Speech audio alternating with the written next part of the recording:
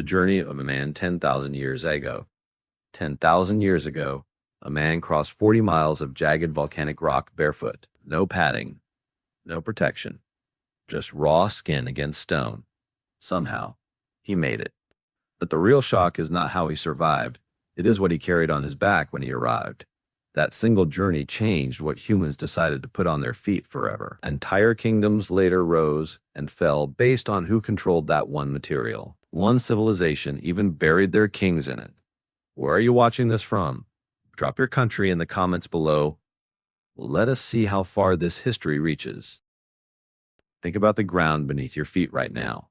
Smooth floor, soft carpet, maybe a cool tile. Now strip all of that away. Imagine hot desert sand at 140 degrees. Sharp volcanic rock cutting into every step. Frozen tundra that turns your skin black within minutes. That was everyday life for most humans who ever existed. No shoes, no socks, nothing. And here is what is wild. They did not think it was unusual, because nobody around them had anything different. Pain was just part of walking. Bleeding feet were normal. Losing a toe to infection was not a tragedy. It was Tuesday. But the human body is not built for that kind of punishment. The bottom of your foot has 26 bones, 33 joints, and over 100 muscles. It is one of the most complex structures in your entire body. And for thousands of years, people were slamming that structure directly into the harshest surfaces on Earth. Every single day, hunters chased animals across rocky terrain. Farmers worked sunup to sundown on cracked, dry ground. Soldiers marched for weeks across gravel, mud, and ice. The injuries were brutal. Deep cuts that would not close. Parasites that entered through the skin on the sole of the foot. Diseases that spread from contaminated ground directly into the bloodstream. In ancient Egypt, foot parasites alone killed thousands every year. Let that sink in. Not a war, not a famine, just the ground. And yet, people kept moving. They built cities, crossed deserts, and conquered continents, all without a single layer of protection between their feet and the world trying to destroy them. But here is the thing most history books skip over entirely. The very first humans to figure out foot protection did not do it because they were smart. They did it because they were desperate. Around 40,000 years ago, before any known civilization, early humans in cold climates started noticing something. The animals they hunted had thick, tough skin on the bottom of their feet. It did not cut. It did not bleed. It did not freeze. So they did the most logical thing imaginable. They took that skin and they wrapped it around their own feet. No stitching, no design, no left or right, just raw animal hide tied with strips of leather around the ankle. It looked nothing like a shoe. It was not even close, but it worked. And that one desperate, simple idea, wrapping dead skin around living feet, quietly became one of the most powerful inventions in all of human history. Because once your feet were protected, you could go further, move faster, survive longer. And survival, back then, meant power. But what happened next when certain groups realized they could control who had foot protection and who did not? That is where the story gets really dark. That is exactly where this gets uncomfortable. Because once early humans discovered foot protection worked, the powerful did not share it equally. They weaponized it. In ancient Egypt, only pharaohs and high priests were allowed to wear sandals. Everyone else, farmers, workers, slaves, walked barefoot every single day on scorching sand that regularly hit 150 degrees. It was not about resources. Egypt had plenty of leather and plant fiber to make sandals for everyone. It was a choice. Bare feet meant you were beneath someone. Sandals meant you had status. And that gap, that simple difference between covered and uncovered feet, told everyone around you exactly where you stood in society, without a single word being spoken. Think about how powerful that is. Your footwear announced your rank before you opened your mouth, before anyone knew your name, before you did anything at all. And Egypt was not alone. In ancient Greece, slaves were legally forbidden from wearing shoes. In feudal Japan, only certain classes could wear specific types of wooden sandals. In parts of the Roman Empire, the color of your shoe told people your exact rank in the military hierarchy. Red shoes, senior officials only. Black shoes, lower officers. No shoes, you were nobody. The shoe was not just protection anymore. It had become a uniform, a signal, a system of control built right into everyday life. But here is what I have not told you yet, and this is the part that genuinely surprised me when I first found it. The oldest known shoe ever discovered was not found in Egypt. It was not found in Greece or Rome. It was found in a cave in Armenia, dating back 5,500 years, made from a single piece of cowhide laced with leather cord, shaped specifically for a left foot. That detail alone stopped me cold. A left foot. 5,500 years ago, someone took the time to make a shoe that fit one specific foot, not just a flat wrap, not just a rough covering, but a shaped, fitted, intentional design. That is not survival thinking. That is craftsmanship. That is someone who cared about comfort, about fit, about how something felt when they moved. And that changes everything we assume about ancient people. They were not just trying to survive. They were thinking about quality of life. They had preferences.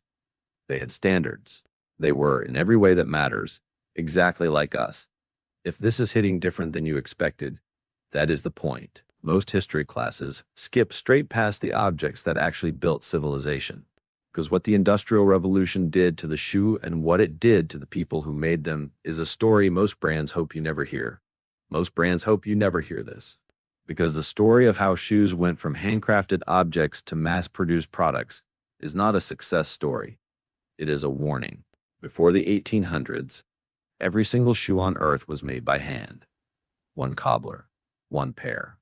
Hours of work. If you wanted shoes, you either made them yourself or you paid someone skilled enough to make them for you. That meant most people owned one pair, maybe two if they were lucky, and those shoes lasted years, sometimes decades, because the person who made them took pride in the work. They knew your name. They knew your feet. They built something meant to survive. Then the Industrial Revolution arrived and flipped everything upside down. Within a decade, factories could produce hundreds of pairs per hour. Shoes that once took a full day to man. 1858, a man named Lyman Blake patented the first shoe stitching machine. Were now rolling off assembly lines in minutes. The price dropped overnight. Suddenly, even the poorest families could afford shoes. Children who had never owned a pair in their lives were wearing them to school. Entire communities that had walked barefoot for generations were, for the first time, protected. That sounds like progress, and in some ways, it genuinely was. But here is what nobody tells you. The moment shoes became cheap to produce, the people making them became cheaper too. Factories filled with workers, mostly women and children, stitching shoes for 12, sometimes 16 hours a day, in dark rooms, for pennies, with no breaks and no rights. The same industrial machine that put shoes on the feet of the poor was grinding the poor into dust to do it.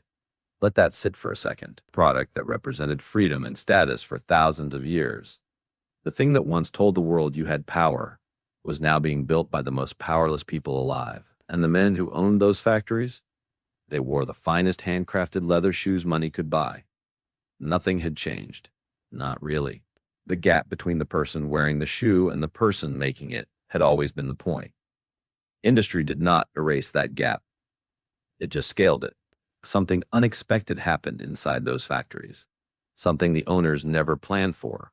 The workers started talking to each other.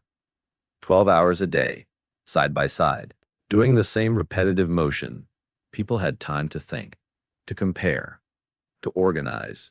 The American labor movement, the fight for weekends, for fair wages, for basic human rights at work, was sparked in many ways inside those very shoe factories. The shoe did not just walk people across the earth. It walked them toward each other.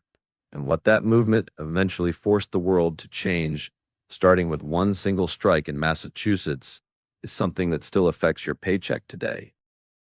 That strike in Massachusetts changed everything. In 1860, workers at a shoe factory in Lynn walked off the job, nearly 20,000 of them. Men and women together, which was almost unheard of at the time. They were not asking for much. Fair wages, reasonable hours. basic dignity. But the factory owners called it dangerous, radical, a threat to the entire economic order.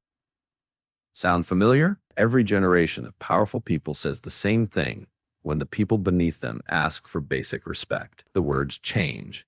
The argument never does. But the Lin workers did not back down.